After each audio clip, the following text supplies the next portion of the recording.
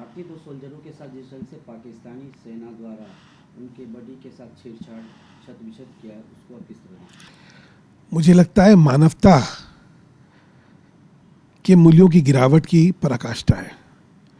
पाकिस्तान न केवल अपना संतुलन खो बैठा है, लेकिन मानवतावादी कोई भी ख्याल जो है उसके अब जहन में नहीं बचा हुआ है।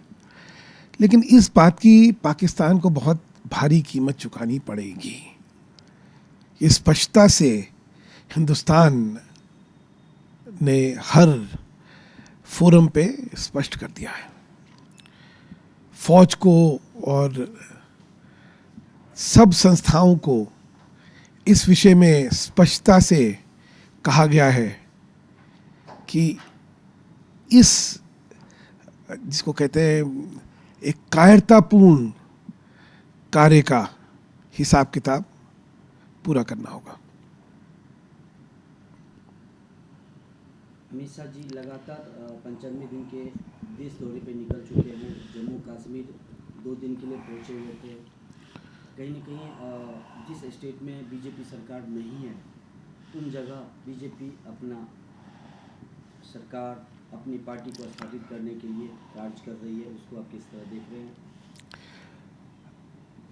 अमित शाह एक बड़े कुशल ऑर्गेनाइजर हैं, आयोजक हैं। अभी से उनकी दृष्टि में 2019 के चुनाव की रणनीति तय है। हर वो लोकसभा का क्षेत्र जहां भाजपा मजबूत नहीं है, उसकी तरफ उनका ध्यान केंद्रित है और उसी को रखते हुए वो देशव्यापी दौरे पे निकले हैं ताकि ज़मीन पे भाजपा को मजबूत कर दिया जाए और उन इलाकों में जहां शायद कभी कोई जीत की कल्पना नहीं करता था, वहां पे भाजपा का परचम लहराया जाए। उड़ीसा, बंगाल, तमिलनाडु, केरल, ये सारे वो प्रदेश हैं जिनके बारे में एक ये माना जाता था कि भाजपा का यहाँ पे अस्तित्व ही नहीं है। इन चारों प्रदेशों में न केवल भाजपा अपना अस्तित्व अगले चुनावों में दिखाने वाली है, यहाँ जीत भी इन चुनावों में हमारी होने वाली है। ममता बनर्जी लगातार केंद्र सरकार से टकराव की स्थिति बनी रही और कहीं न कहीं दोनों पार्टी की तरफ से राजनीतिक भाषणबाजी में कुछ अपशब्द भी बोले गए। वहीं बीजेपी के एक नेता द्वारा ममता बनर्जी को बोला गया है वो नर हैं न नारी हैं, बस में घूमने वाली हैं। तो इस वर्जन को आप किस तरह देख रहे हैं एक महिला के लिए? मुझे लगता है राजनीति में अपशब्द का प्रयोग वर्जिश है, वर्जित होता है, क्योंकि सीमाएं ज़रूर होनी चाहिए। दुर्भाग्यपूर्ण है और किसी को भी इस तरह के शब्दों का इस्तेमाल नहीं करना चाहिए। लेकिन साथ साथ ये भी ज़रूर कहना चाहूँगा कि जिस स्तर की राजनीति ममता जी कर रही हैं, उन्होंने भी सारी सीमाओं का उल्लंघन कर रखा है। चाहे राजनीति में हिंसा हो, राजनीति में दुराचरण हो, राजनीति में भ्रष्टाचार हो और राजनीति में अपशब्दों का प्रयोग हो।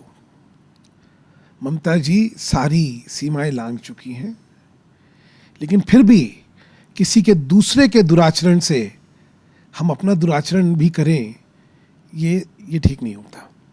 इसलिए भाजपा का कोई कार्यकर्ता या नेता अगर अनुचित शब्दों का प्रयोग करे तो उसे नहीं करना चाहिए।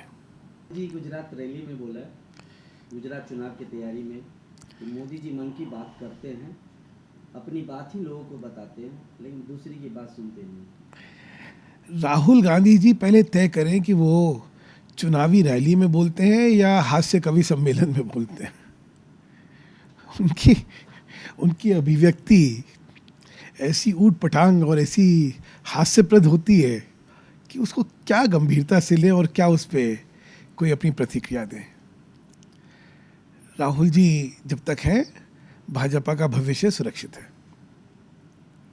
सर, सभी विपक्षी दल खास करके कांग्रेस ने कहा जब हमारी यूपीए सरकार थी तो मोदी जी की पार्टी बीजेपी बोलती थी कि एक सर के बदले 10 सर लेके आएंगे।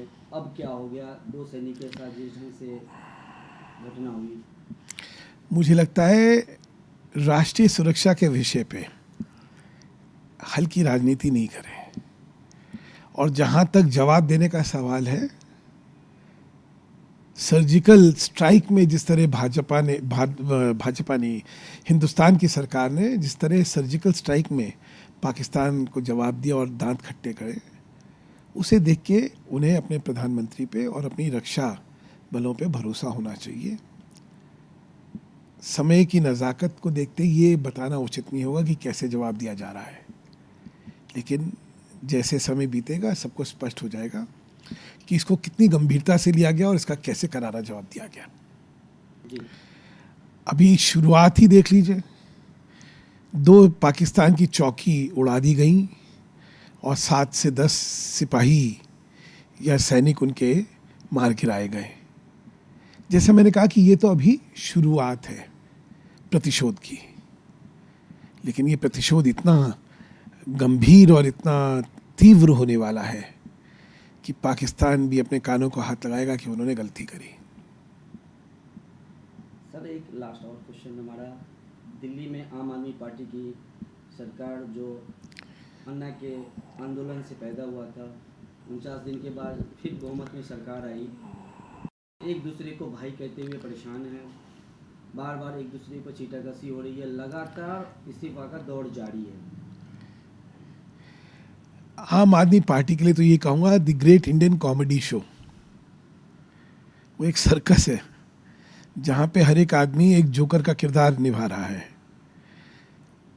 जिस तरह का आचरण और जिस तरह की बातचीत चल रही है, अब मैं कल सुन रहा था मुन्ना खान को, वो कह रहे थे कुमार विश्वास जो है भाजपा आरएसएस के एजेंट हैं।